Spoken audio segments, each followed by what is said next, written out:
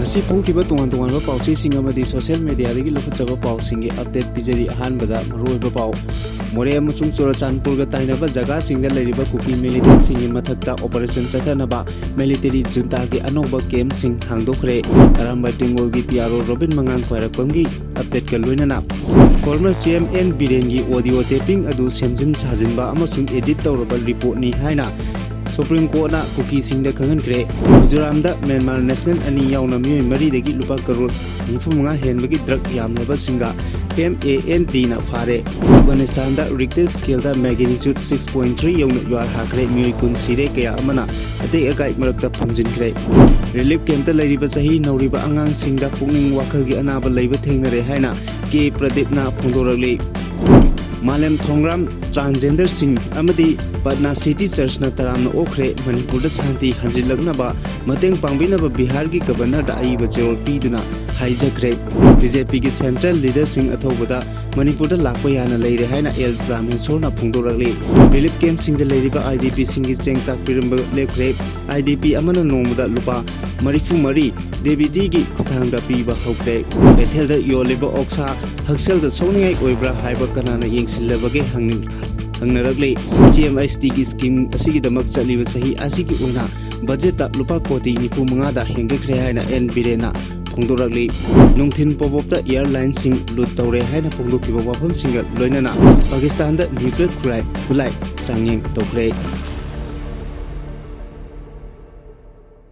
Pau Sandongna Pijari Myanmar ga tainaba India gi more amasung Churachandpur gi area singda leiriba military junta gi mathakta lal hauriba kuki khulai paiba singi mathakta operation chathanaba tamu mayada military junta gi anoba camp kaya ama hangdokre masiga loinana Myanmar gi capital city oiriba Naypyidaw da Republic of the Union of Myanmar gi National Defence and Security Council gi mifam pangthoktuna military junta gi mathakta lal hauriba pro democracy rebel singi surrender taunaba akanba warning tokre pauge source amana hai tamu mayada military junta gi nauna hangdokhiba camp aduna teng amasung arm group kaya deploy tawba haure junta gi force singi maikaidagi India gi Churachandpur amasung Myanmar ga lonaba Myanmar gi area singda leiriba pro democracy rebel singi mathakta akanba military operation chathanaba amasung ahenba force kaya thajinaba sem sabagi thawong kaya kanna chathari hairi maruoina hairiba jaga sing asida military junta gi mathakta lal hauriba PDF yauna kuki khulai paiba kaya leiribani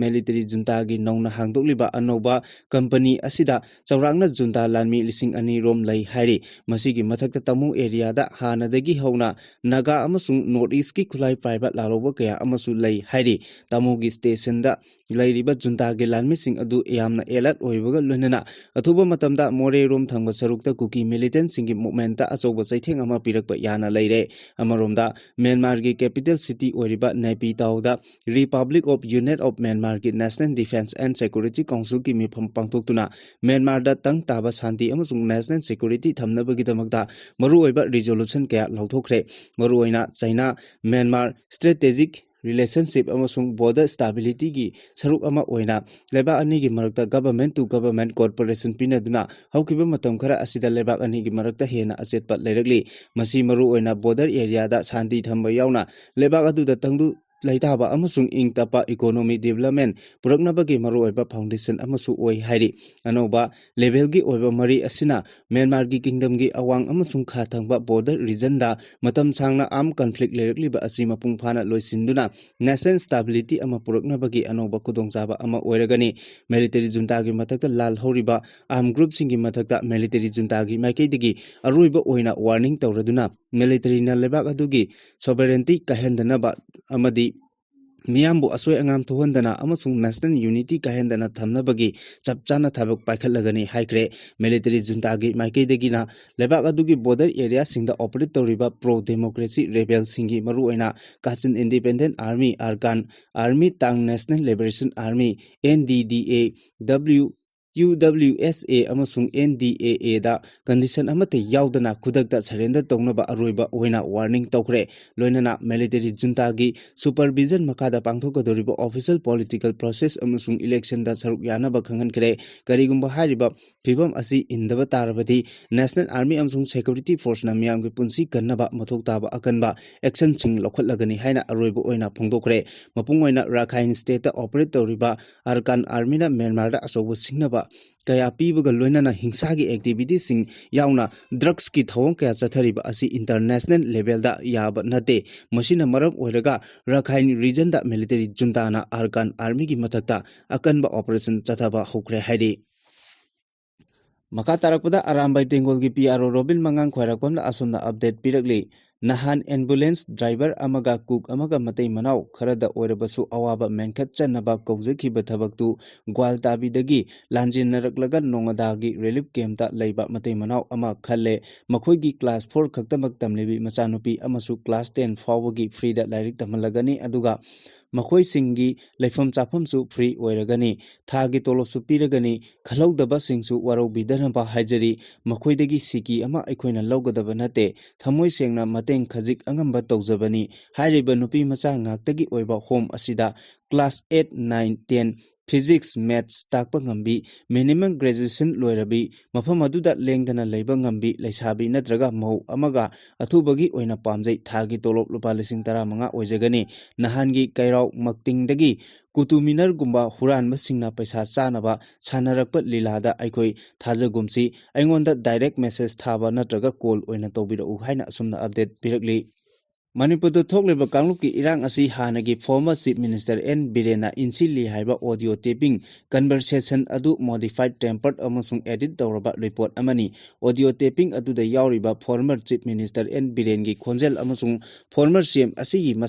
ꯃꯁꯥꯒꯤ voice ꯑꯁꯤ ꯆꯥꯡꯗꯝꯅꯕꯗ scientifically ꯑꯣꯏꯅ ꯆꯥꯟꯅꯗ꯭ꯔꯦ ꯍꯥꯏꯅ supreme court की माइकैदगी former CM असिगी मथक्ता case file तौरखिबा Kuki organisation for human right trust की माइकैदा खंगनखरे ऑर्गेनाइजेशन असिगी माइकैदगी इंग्लिश इंगनी कुलुमदगी मे अहुमदगी थोलखिबा इरांग असि फॉर्मर CM N. बिरेना इंसिली हाइना टेलीफोनिक कन्वर्सेशन अमगी ऑडियो टेपिंग अमगा मरी लेनना सुप्रीम कोर्ट पेटिशन फाइल तौरखिबा अदुगी मतंगदा एपेक्स कोर्ट असिगी जस्टिस जॉय कुमार ना लुचिंगबा बेंच अमदा हियरिंग चथकी हियरिंग अदुदा जस्टिस जॉय कुमार की माइकैदगी ऑडियो टेपिंग अदु गुजरात की गांधीनगर दा लैबा नेशनल फोरेंसिक साइंस यूनिवर्सिटी दा थादुना टेस्ट तौखिबा अदुगी कॉन्फिडेंशियल रिपोर्ट अदु कोर्ट रूम दा पाथोखी report अदुगी मतुंगिना former CM N. Biren की मथक्ता सीरीबा ऑडियो टेप अदु मॉडिफाइड टेम्पर्ड अमसुंग एडिट तौरबा टेपिंग नि फॉर्मर CM की वॉइस अनि अदु कंपेयर तौबदा साइंटिफिकली ओइना चानबा लैत्रे हाइना खंगहनखि हियरिंग अदुदा Kuki organisation for human right trust की माइकैदगी एम्पियर तौखिबा एडवोकेट भूषण ना कोर्ट हाइखिबदा ऑडियो टेपिंग अदु ममांगदा लैबोरेटरी अमदा टेस्ट तौबदा फॉर्मर CM की खोंजेल असि चादा 39 ओइ अमसुंग ब्लैक अमता लैते हाइना क्लेम तौख्रबनी हाइना नेशनल फोरेंसिक साइंस यूनिवर्सिटी की रिपोर्ट अदुगी मायोक्ता सबमिशन पीखि अदुबु जस्टिस कुमार की माइकैदगी ऑडियो टेपिंग असिबु टेस्ट तौखिबा नेशनल फोरेंसिक साइंस यूनिवर्सिटी असि लेबाक असिगी ओइना ख्वाइदगी फवा यूनिवर्सिटी अमनी मरम अदुना यूनिवर्सिटी न पिरखिबा फाइंडिंग असि चिंगननिंगाई ओइबा मरम अमता लैते हाइना इन्फॉर्म तौखि लोनना हारिबा रिपोर्ट अदु पेटिशनर अमसुंग मणिपुर स्टेट की रिप्रेजेंट तौरिबा सोलिडरिटी सॉलिसिटर जनरल तुषार मेहताना सेरियर तौदुना बेंच असिगी माइकैदगी ऑर्डर तौखि लोनना कोर्ट की माइकैदगी चयोल अनिगी मनुंगदा यूनिवर्सिटी की रिपोर्ट असिगी मतंगदा रेस्पॉन्स अमा फाइल तौबा यागनी हाइना पेटिशनर दा खंगनखि मिजोराम दा म्यांमार रिफ्यूजी सिंग चंगजफम पीरुबदगी ड्रग्स की मकोल ओइरकले हौकिबा पुंग 23 असिगी मनुंगदा मिजोराम की excise and narcotics department Myanmar national अनि यावना मियोय मरीदगी मार्केट लुपा करोड़ 95 की वैल्यू ओइगदबा यामलबा अमसुंग थुना एडिक ओइगदबा मेथाफेटामाइन केजी 15 फारे हाइदे ऑफिशियल की पाउ असिन हाई Mizoram excise and narcotics department अखनबा पाउ अमा फंगबदगी म्यांमार गा लोनरीबा न्यू चंफाई रीजन दा ऑपरेशन चथबदा ड्रग ललोनबा म्यांमार नेशनल अनि मेथाफेटामाइन केजी 10 पॉइंट अमगा कोनना फागतखि फारबो मियोय अनि अदुदी जामसियन मंगा सही 98 अमसुंग Ronan लेयिना chahi kuntaruk kawi makoi animak Myanmar gi Sagang division dagini hairi Mizoram Excise and Narcotics Department gi atopa team amanasu Champhai town area manaktagi yamna chingnaningai oiba mawongda lakhiba gari ama khamduna check tobada methamphetamine black ta kg 5.13 ga konana phaki pharaba myoy ani adudi Southern Assam gi Karimganja district gi Sahanur along sahi kuntruk amasung Tripura gi Sephahijal district gi Sonamurda subdivision gi manung chanba Bagi Ramadagi Golab Hossein kawi hairi myoy ani asina Assam gi registration number oiba car amada yamlaba drug sing adu puraga chalambadagi phagat pangam khibane drug ka konana pharba myoy mari adugi matakta Champhai police station da case register tawkibaga loinana narcotics drugs and Psychotropic Substance Act 1995 gi marfu manga gi tongan ba division singi makada book tawre hari Myanmar ga lonaba Mizoram gi district taruk maru oina Champhai district asi ain kaina methamphetamine tablet yauna atopa synthetic drugs sing sasan nomai amsung nomai maru puthok puchin tawbagi chang asi haukiba numit kharani asida yamna ka hena hengalagli yaba tablet natraga party tablet haina khangnaba methamphetamine tablet asi India da hojik ban tawribani adubu Myanmar da drug makhal asi yamna hongna phangi maram aduna hariba drug sing asi khwaidagi yamna sendong phangba drug makhal amasu oiri ngasi ayo anganbada North Afghanistan da Richter scale da magnitude 6.3 yauna yua hakre thodok aduda myoi kun sire chahumga kun henbana asok apan nangle asiba migi masing hengalakpa yana leiri yua haba aduna lebak adugi mafam pumba electricity da chauna akaiba thokle pau asina makhatana hai yua hakiba aduna North Afghan city gi ऐतिहासिक oiba blue marks yauna akai atoi thokle US Geological Survey gi matung ina yua haba adugi difna kilometer kunnipa ni hariba epicenter asi miyoi lakh manga lising kulhumdoi leiba Mazar e Safar mayada oikhi Afghan gi health ministry gi spokesperson Sarfat German na haikibada hojik phawbagi oina jwa hakiba aduda miyoi kun sire chahum kun sokle haibagi report leire hariba missing asi dagi hengalakpa yari ywa hakiba asina khwaidagi chokliba Balkha amasung Samgan village singda rescue team sing changsinkre loinana jaga sing aduda health team su yengsinkre manak nakpada leiriba hospital sing achokapan sing adu layeknaba standby oina thamkre yua hakiba aduda lebak adugi khwaidagi asengma mafam amani haina lognariba blue marks yauna amang ata thokle marks asi ningkhaibada Prophet Muhammad ki mayanupa amasung kasin ama phumjilamba yai haina thajanari hariba marks asi 15 suba chahi chada sarambane Afghanistan da yamna toina yua haba asina lan mayok nariba Afghanistan gi Taliban administration da chauna singnaba ama oire Afghanistan asi hojik Pakistan ga chauna ungkhatnaba leiribani haukiba August thada leba aduda akan bamongda yua habada miyoi cha kaya amasu sikrabani amoromda yua habagi yumgi akai atoi kaya gi marakta phumjinduna leikraba Afghan gi Muslim nupi singi oinadi rescue team oirabasu nupa singna makhogi masa paiba yadabana rescue tawbagi thabakta hena khudong chadaba kaya mayoknari haukiba Afghan da August ki thagi aroibada sarukta lebak aduda thokiba yua habagi thadoktasu miyoi lising ani chani gi mathakta sikrabani Manipur da tholiba chahi ani makai helaklaba irang asina relief camp da changjapom loduna leiriba chahi nauriba angang singda tangdu leitadaba amadi pungning wakal gi anaba leiba thengnare haina Manipur Commission for Protection Child Rights ki chairperson Kaisam Pradip na phongdokre wafam asi All India Radio ga akhanaba unaba amada Kaisam Pradip na phongdokibani mahana makhata na haibada Sahi ani helaba irang asina maram oiduna lanjina duna relief camp singda leiriba angang sing asigi pungning wakhan sonthabagi phibamda leire irang asina maram oiduna lanjena duna leiriba angang singi masing asi apunbo oina lising kun manga leibagi report phangle angang sing asigi yaiphanabagi damak MPCPR na tongan ba hiram kayada thabak paikali khongthang asigi manung chana Imphal amasung Jiribam amasung Bishnupur yauna atai mafam kayada camp kaya pangthokre mahangna hai mental health and psycho social clinic haiduna IDP angang sing khangatlaga akaknaba mafam singda camp pangthoki masida RIMS ki psychiatric amasung clinical psychologist ki team sing yauna angang sing screening tawbagi thabak chathaki maduda angang chamagi manungda kunthra dagi nimfu phawba mong ama natraga amada pungning wakhal gi laina naba thengnei angang sing adugi manungda khara hena serious oiba angang singi damakta akhanaba treatment pinabagi thabak MCPCR na paikatli haina su phongdoki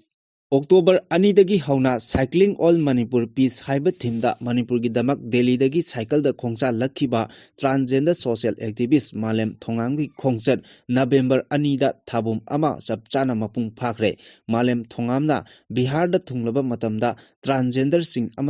amadi Pana City Church na taramna okre amsung Bihar gi governor da aiba chirol pisinduna Manipur gi matangda mateng pangbinaba ajakre mahaki khongchat asi numit kunmapan ni subada Bihar gi Patna da thungkibaga loinana district asigi Ghagul town da leiba TGBTO community shelter home amada mahakpu taramna okhi amasung thangnaba numit November anidana Patna City Church na amuk makhatana mahakpu taramna okhi church ki miyoi singdagi su Manipur da peace hanjilaknaba honabada isorgi mafamda thongni jakhi hari numit humni chupna Patna da peace campaign chatharaba matungda November 3 da Bihar gi governor da Manipur gi irang haujik oiriba asigi crisis asigi matangda aiba chirol ama state adugi governor amadi miyamda su mahausagom peace hanjilaknaba honabada pangba yaba mateng pangbiyu haina aiba chirol pisinki hari tha ama mapung phakraba mahakki khongchat asigi damak haktheng nana tongan ba hiram singda mateng pangbiriba number 8 Yawol Chanura Manipur Initiative Youth Organization Delhi North East Students Society Delhi University Mumbai Manipur Solidarity Group Karnataka Maiti Association Youth of Manipur Patna City Church Thangjil Singdam Sanglen Relief Camp Volunteer and PLV Moirang Legal Aid Clinic Chalai Apunba Loop Cha Khuman Delhi Sija Khum Restaurant Manipur yauna tongan ba sinfamda lariba miyoi singnasu mateng pangbirakpagidamak Malem Thongamna tawbimal khangba ulagli loinana pathungpham yaunaba honabada miyamna makatana mateng pangbiyu haiba wafamsu apil torakli Numit kharani asida BJP gi central leader khara Manipur da lakpa yana lei makhoi gi khongchat asi state asida anongba lengak sembaga mari leinagani haiba thajai haina Kairao Assembly constituency gi MLA Laurembam Rameshwarna Paumi singda phongdokre Kyamgaida leiba macha ibungo ibudau khagembagi laisang sabaga mari leinana donation drive hogdokpagi thoramga mari leinana local TV news amaga unabada mathaki wafam asi mahakna phongdokhibani mahakna hai Delhi da chatuna MLA singi mifam pangthokhi badi amadi MLA kharana BJP gi luchingba khara unakhiba aduda mathang sahi gi February 18 da sahi phagadoriba president rule asi maka sangdoklaroi matamadu phawbagi manungda state lengak semgani haibagi thajaba pirakhiba lei adubu akaknaba chapchaba matam pirakpadi laikhide chaliba November tha asigi ani suba chayol phawbagi manungda center gi luchingba sing lakani matamaduda MLA singa unagani haina phongdokhi Manipur Sarkar gi Home Department na thokiba order amagi matung inna maram oiraga lanjinnaratuna relief camp singda lairiba IDP sing haukiba October 13 dagi Sarkar na chengchak yauna atai material polam sing piramba adu lepkhre madugi mahuta November amadagi relief camp ta lairiba IDP amada nongmada lupa marifu mari makhoi gi account da transfer tawba haukhre irang asina haurapa English ani kulumdoi gi June 10 dagi Manipur Sarkar gi Home Department na thokiba office memorandum amagi matung ina relief camp ta lairiba IDP singda cheng hawai ising amasung tangai fadaba polam sing relief camp ta lairiba IDP singda piduna lakhibane adubu hairiba office memorandum adu modified tawraba matungda haukiba October 13 dagi relief camp singda lairiba material sing pirambagi tabak adu lepkhre madugi mahuta November amadagi direct benefit transfer DBT gi khuthangda IDB singi head singda miyoi amada nongmada lupa marifu marigi changda piba haukhre hariba thabak asi hena effective amasung transparency oinabagi damakta district administration gi maikeidigi Aadhaar voter ID natraga government na issue toba valid documents sing sijinaraga relief camp da lairiba singi digital list pressure tawre maram aduna beneficiary sing active bank account sing sungsoi soidana leigadabani district official singi maikeidagi su bank account leitaba IDP singi damak account hangdoknabagi damak bank singa khusamnaraga account opening camp pangthokadori loinana district administration na head department na kuchimnaraga DBT gi kuthangda tha kudingi ahan chayolda IDP family sing adugi head singi kuthangda makhoi gi monetary benefit sing adu transfer tawgani district administration gi oinadi IDP na lairiba camp singi electricity yauna atai emergency oiba mateng khakda maintenance tawgani Jahi asigi September fauba district administration ki mateng phangkiba IDP singna hairiba debiti asigi damak eligible oigani relief camp sing adubu leiriba mari leinaba subdivision singi subdivision officer singna internally displaced person singdagi lakpa complaint khudimak yensingnabagi damakta grievance residential officer oigani relief camp ta leiriba napsagi card holder singna mamangda district supply officer singna tawkhibagumna makhoi phangpham thokpa napsagi chengsing adudi adumak phangani loinana mari leinaba DC singna IDP amata chithadana phansing adu matam chana yenthokani hairi State asigi mafam kaya marumda yoliba oksa sing asi miyoibagi hakselda kadai fawba safaribagi haibagi matangda Manipur lengaki mari leinaba authority gi mijeng chingsilakli lomi singna sel yamna thadaduna mafam kaya marumda loinariba oksing pakchana sibagi paw lakle oksing adu hingnabagi damak lobi singna antibiotic natraga atai hidak langthak kaya marum kapsinari adubu kanba ngamdaba oksing adu phunjillaga manghankhibagi mahuta farmer singna yamna hongba mamalda oksa kaklaga yonba sing thengnarakle hairiba oksa sing adu hanagi atangba mamalduda oksa kakliba sing aduna yole miyamna chanariba sa sing asi sidringaida miyoibana chabada hakjang sokadra natraga sokloidra haibasi akhang ahe kangbu amana yenglaba tungda self fawba namlaga sil fawba namlaga miyamda yolhalibani adubu manipurdadi lo ngaktaba miyoibagi mathakta oksa yolibasing amasung oksa kaklibasingna miyoibagi hakselgi matangda karimata thausa narakdaba loinana lengakna kari togduna leiribage hangnarakli mar asida Manipur Progressive Pig Farmer Association ke Publicity Secretary Laisram Biswajit na hai lamdam asida ok ki laina sandorakliba ok anaba yoliba mafam chadabada ok asemba amasung ok asiba hundokliba sing thingnanaba mari leinaba singna miyeng changbiyu hauzik moirang khunau kumbi ukhongsang phibau amasung Kakchingna chingba mafam kayada paksana ok sire laibak thibadi ok ki laina asigi matangda veterinary department na su miyeng changba udri haina phongdorakli Chief Minister Haksel Tengmang scheme gi makhada miyoi lakh ani lising humbudra layengbagi khudong chaba phangankre miyoi lakh mari henbana ming chankre haina ex Chief Minister N Birena social media da thagotpa page amada phongdokre mahakna hai hauzik fawbada CMHT scheme yaifa thaurangi makada lupa koti chahum kuntramathoi sijinakre CMHT hairiba yaifa thaurang asi ing lising ani tara nipal gi January kunmathoi dagi haudokhibani thaurang asigi makada Manipur miyamda chauna kanaba piduna lagli mahakna hai layengba ngamdana lairakhiba miyoi kayagi mapau taba matamda scheme asigi magun khangani scheme asi haudopa matamda budget ta lupa koti tara dagi kun phawba haplaga haudorakhi adubu haujikti miyamna scheme asigi kanaba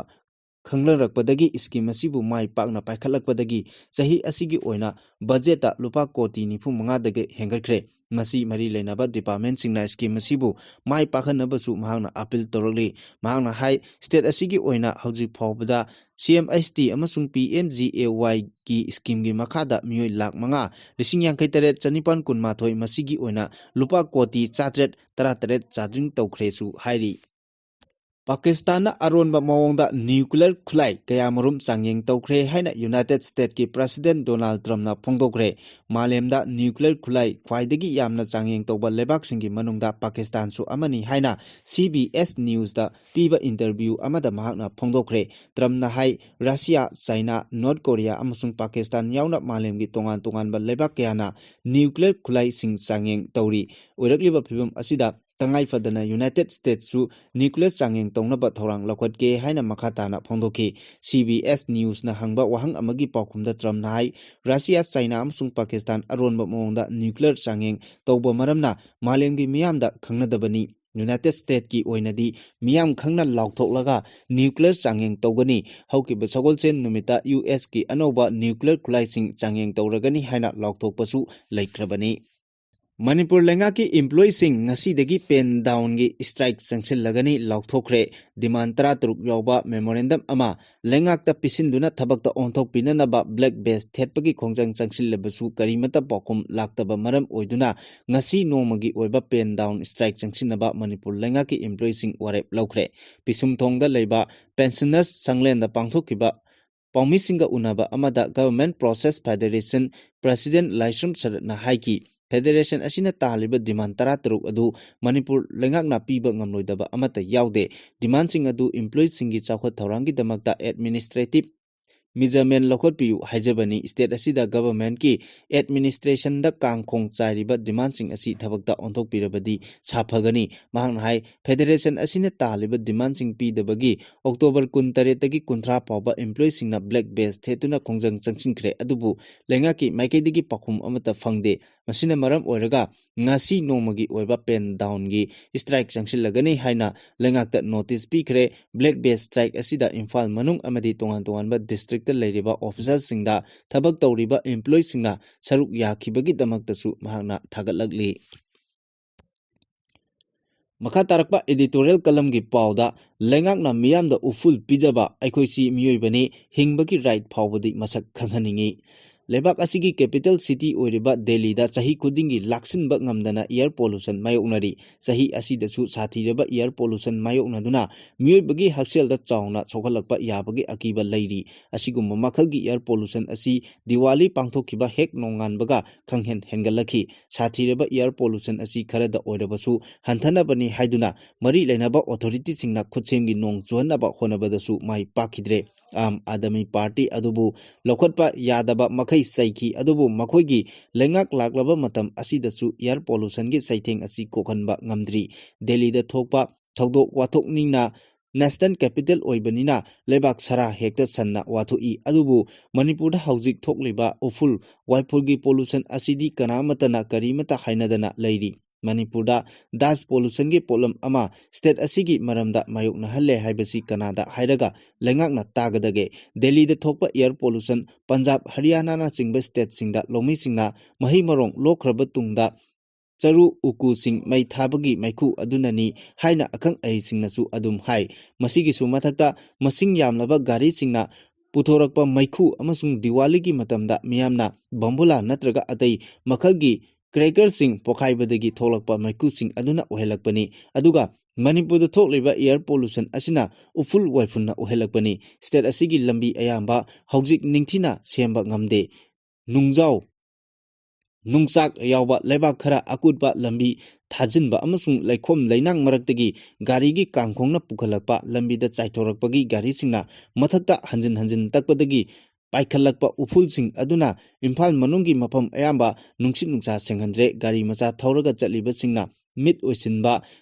nisha sor honjinbada uful yaukhidanaba sugatbada phibam kainare lambi matek ama chaluraga yumda hanjilakpada chin tengdaba yaraktre state asigi lambi ayamba semdabana maram oiduna pothole mayam ama thokle pothole sing adugi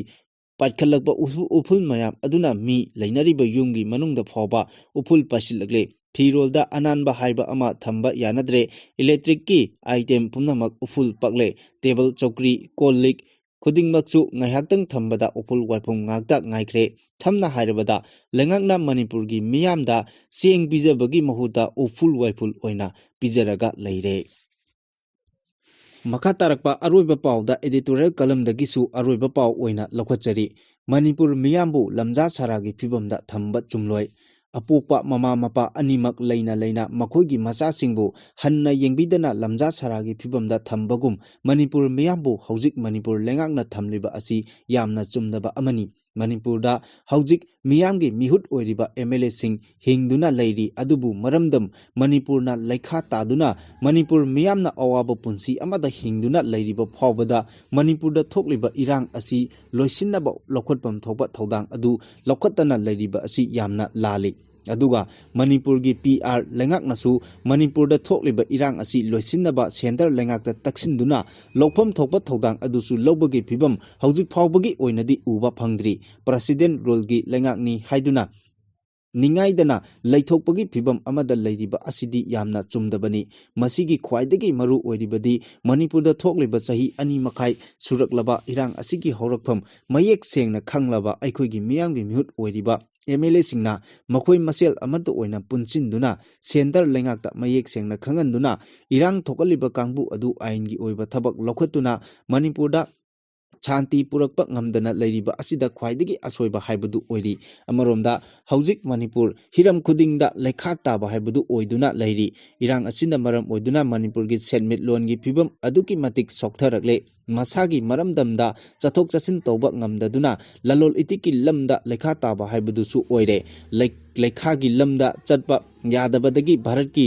ꯃꯄꯥꯟ ꯂꯝꯒ ꯃꯅꯤꯄꯨꯔꯒꯤ ꯃꯤꯌꯥꯝꯒ ꯆꯠꯊꯣꯛ ꯆꯠꯁꯤꯟ ꯇꯧꯕ ꯃꯇꯝꯗ aeroplane ꯇꯣꯡꯗꯨꯅ ꯆꯠꯇ꯭ꯔꯕꯗꯤ ꯑꯇꯩ ꯂꯝꯕꯤ ꯂꯩꯇ꯭ꯔꯦ ꯑꯗꯨꯕꯨ ꯍꯧꯖꯤꯛ ꯏꯝꯐꯥꯜ ꯑꯃꯗꯤ ꯒꯧꯍꯥꯇꯤ ꯐꯥꯎꯕꯒꯤ ꯑꯦꯔꯣꯄ꯭ꯂꯦꯟ ꯇꯣꯡꯕꯒꯤ ꯃꯃꯜ ꯑꯁꯤ ꯍꯥꯏꯅꯤꯡꯉꯥꯏ ꯂꯩꯇꯅ ꯋꯥꯡꯈꯠꯈ꯭ꯔꯦ ꯃꯗꯨꯅ ꯂꯥꯏꯔꯕꯒꯤ ꯄꯟꯈꯩ ꯃꯈꯥꯗ ꯂꯩꯔꯤꯕ ꯂꯝꯗꯝ ꯑꯁꯤꯒꯤ ꯃꯤꯌꯥꯝꯅ ꯑꯅꯥ ꯑꯌꯦꯛ ꯂꯥꯏꯔꯤꯛ ꯂꯥꯏꯁꯨ ꯇꯝꯕ ꯑꯃꯗꯤ ꯑꯇꯩ ꯇꯉꯥꯏꯐꯗꯕ ꯄꯣꯠꯂꯝ ꯀꯌꯥꯒ ꯃꯔꯤ ꯂꯩꯅꯅ ꯚꯥꯔꯠꯀꯤ ꯁ꯭ꯇꯦꯠꯁꯤꯡꯗ ꯆꯠꯄ ꯃꯇꯝꯗ ꯑꯦꯔꯣꯄ꯭ꯂꯦꯟ ꯇꯣꯡꯅꯤꯡꯕꯒꯤ ꯁꯦꯟꯐꯝ ꯂꯩꯇꯕꯒꯤ ꯅꯤꯡꯕ ꯀꯥꯏꯕ ꯍꯥꯏꯕꯗꯨ ꯑꯣꯏꯔꯦ ꯃꯗꯨꯅ ꯃꯇꯝ ꯆꯥꯅ ꯑꯅꯥ ꯂꯥꯌꯦꯡ ꯉꯝꯗꯕ ꯍꯥꯏꯕꯗꯨꯁꯨ ꯑꯣꯏꯍꯜꯂꯦ ꯚꯥꯔꯠ